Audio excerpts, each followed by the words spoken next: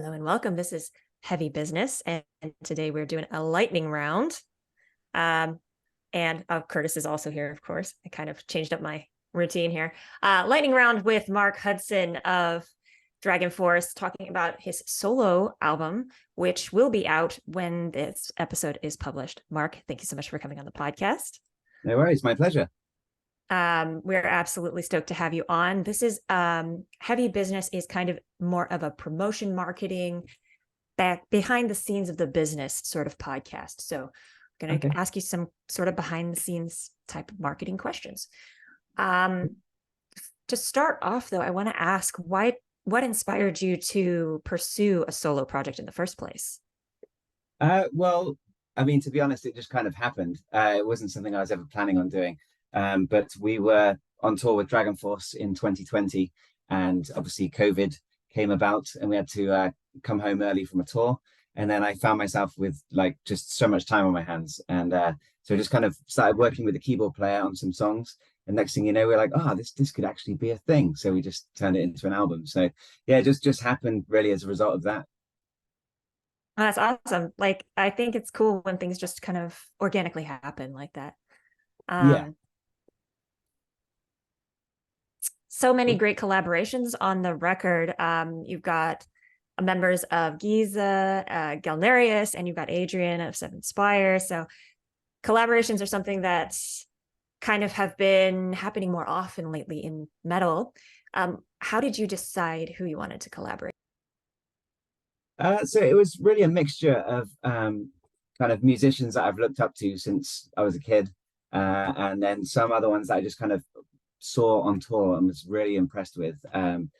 So yeah, Sue from Galnerius, for example, was one of the ones I was like, if he could play on my album, that'd be so sick. And I just reached out to him, and luckily he replied and was really happy to do it. So that's how he came about. But Adrian, Jackie Vincent, and Ryoji from Gize are all just people that I've known through touring, and they're kind of friends, and I was super impressed by their playing live, and you know, all their albums and stuff.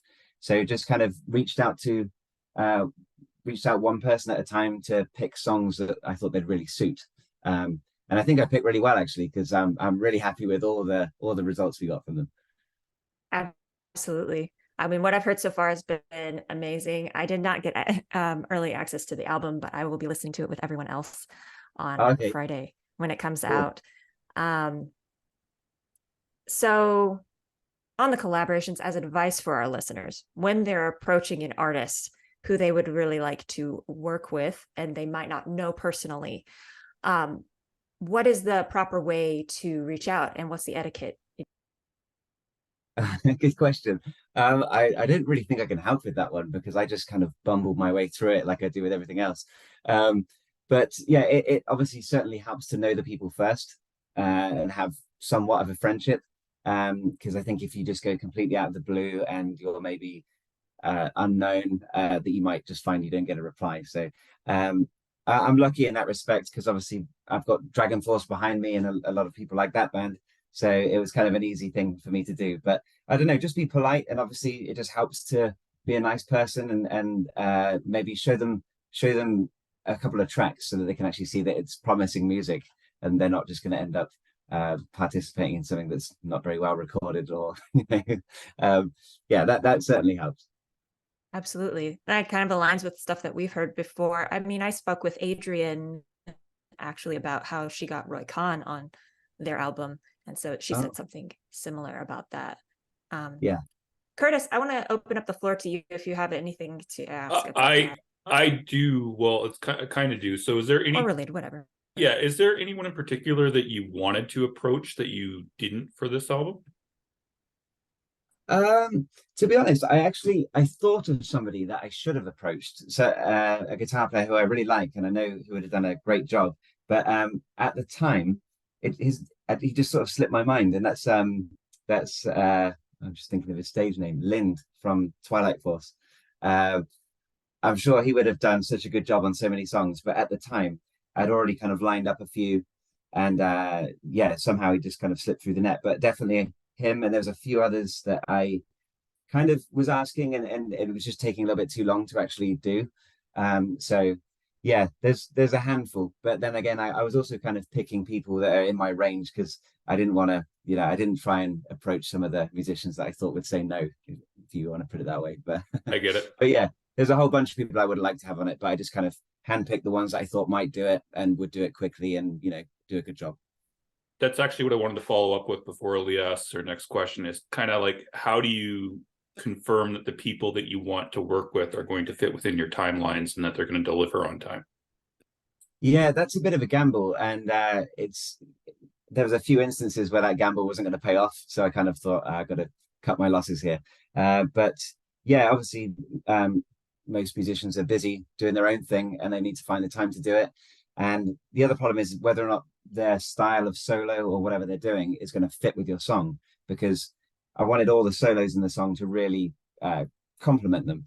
So that was a bit of a hard one as well, trying to not tell a guitar player how to play a solo, but also making sure that it fits in with the song is quite a difficult text message to write. So I had to do that a few times and kind of record a guide, like these are the key bits that I really want you to hit, and then all the rest in between you can embellish what I've done or improvise whatever you want. So but yeah, it's quite a difficult thing to sort of get people on exactly the right track but still bring their own signature sound without ruining anything around it, sort of thing. Makes sense. Yeah. Well, by the time this interview comes out, people will have heard the full album, but I want to ask about those two infectious singles that you've released already, Astrolife and The Siren. What was it about those two songs that you felt made them the optimal singles for promoting the album? Well, I think I wouldn't say they're the optimal singles, actually. It was a really difficult decision to come up with the first two, and actually there's a third song that's coming out tomorrow, I believe, if I can send the video off in time. But yeah, it's been a really hard process to decide which ones we wanted to represent the album, basically. Astrolife, we went with that one first because I think that's quite a Dragonforce-y sounding song, and I obviously didn't really want to alienate Dragonforce fans or make them think that my album was going to completely deviate from the formula. So I wanted to hit them with that one first, so that they, just to ease them in, almost to trick them into buying my album, and then the whole rest of it's totally different. But no, yeah, so that was kind of the reasoning behind that one. I think it's a really good, catchy, fast song. And then The Siren, I think, is compositionally probably the best one on the album, in terms of I love the feeling of it and the sort of melding of kind of almost J-pop with power metal. I think it's quite a nice balance in that song. But there were probably about 3 other songs that I was like, I really want this to be the single, but there were some logistical reasons why I couldn't get them as singles, like, for example, having to include a guest musician who was busy or had to, obviously record them on a green screen and then put them in the video and all that stuff. And then there's a couple of songs on the album where I think vocally are much, much better than the 2 songs I've already released. Those 2 songs being Swan Song and Stars. But those 2 songs are basically ballads, and I didn't really want to put that out first, because that's more like you want to put the thing that represents the whole album first, I think, and I didn't want it to come across as being like all piano ballads and stuff like that. So yeah, just kind of chose the songs we thought people would like and the ones that might entice people in to hear the rest of it, basically. Yeah, I think it is hard to make ballad a single. Are there certain settings, do you think, that kind of work better to have a ballad as a single? Yeah, I mean, I think if it was complemented by an amazing music video, I think you can kind of do that. But yeah, I think, yeah, we basically didn't have the time to figure that out. Like, if Sure. in an ideal world, I would have done 6 music videos and just those ones as well. But yeah, we're kind of limited to 3 for the time being. But there's plans to do more after the album is out. But yeah, we'll wait and see about that. Yeah. Now, you ended up picking up some of the video production, or the video editing at least, didn't you? So Yeah, what happened with that, and how did that go? Okay. Well, I said I wasn't going to say anything bad about this situation, but I'm sorry. No, it's okay. I mean, basically, we the guy that filmed our videos was an okay cameraman, but not very good at editing videos. So I basically took everything off of him, and try to do it myself. But this final video edit is actually done from scratch by me. I just got him to send me all the raw files because yeah, I just thought it was, there's some key things that I want to see in music videos that weren't really in the ones before. So I fixed them up after, and it's much easier to just take it off of him and do it all myself this time. So hopefully the next one is really good, but you never know. Everyone might say that's really shit. You should have stuck with the old guy. Hopefully not. I'm excited to see it. Curtis, Yeah, I saw you cool. unmute for a second there. I did. I don't know if we have enough time for this question, but I just wanted to ask. So I know you got signed with Napalm as a solo artist. So what was kind of the journey to getting signed by Napalm? Was it easier due to the fact of, you're in Dragonforce? Like, what's kind of the process when you're already in an established band going and shopping your album to labels, if there is one? Yeah, so I mean, obviously it definitely helped that I was in Dragonforce. That's almost entirely responsible for it. But I happen to know the guy anyway, because he's in a band that we were touring with, and just chatted to him, showed him some songs. He liked them all, and then I did what every band or musician does, is just kind of shop around and figure out how this whole thing works, because I was completely ignorant to, how you even get a label and what they can offer you. But Napalm were just a really good choice, and they've served me so well so far. So yeah, it was just a case of showing them the songs, they liked them, and took me on, which I'm really grateful for. And yeah, really good choice. Cool. Now, I heard that there was a song that you actually recorded the vocals for 4 times before you were happy with the approach that Yes. you really wanted, and you felt that it was the correct approach. How did you know that that was right, and what song? Okay, so that was a song called Stars, which is one of the ballads, and I think now it is actually one of my favorite songs. So I'm very happy that I took the time to do it 4 times. But it was mainly just a case that most of Dragonforce's music requires me to sing in one certain way. Obviously, within songs, there's often times where I need to sing in a lighter way, in a more of a mixed voice or that kind of thing.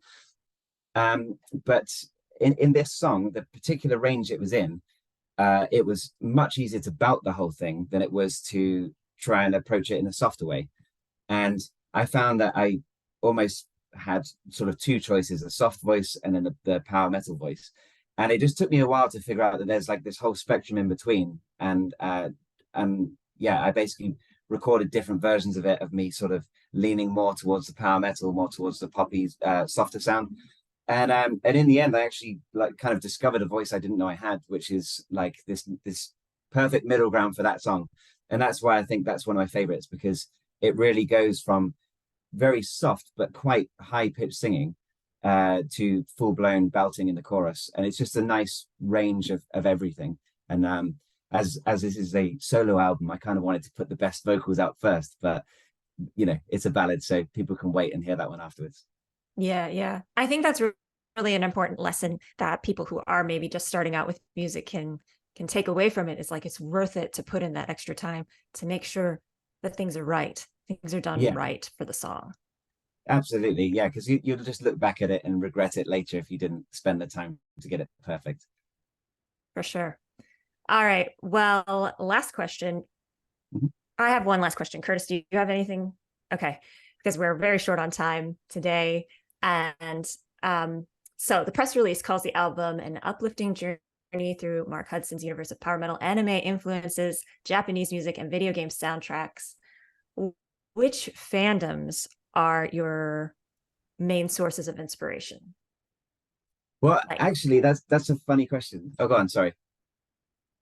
I was just like the animes or the video games, etc. Like, okay, specific. So I don't really actually watch any anime, but the reason why that's like one of the yeah, Me either. I basically had a playlist of Japanese music that Fred, the old Dragonforce bass player, sent me, and I just kind of had it on loop while I was working and just thinking, like, I don't know why, there's something so catchy about all these songs, and that's something I wanted to replicate. But also, yeah, anime opening songs are all very similar to that too. So it just kind of came from more of a digesting of lots of music, and from the video game side of things, like I I pretty much just listen to video game soundtracks these days while I'm working. So yeah, I wouldn't say there's any particular composer that inspired any of this, but it's just more like capturing the vibe and the energy that a lot of the tracks have, pretty much. So yeah, I hope that was a good answer. Perfect. Yeah. All right, cool. All right. Well, thank you so much, Marc Hudson, for coming on. Everybody, check out the album. It has come out on August 25th. Yeah. And yeah, everyone listening, thank you for listening. And until next time, make like a bull and throw those horns up.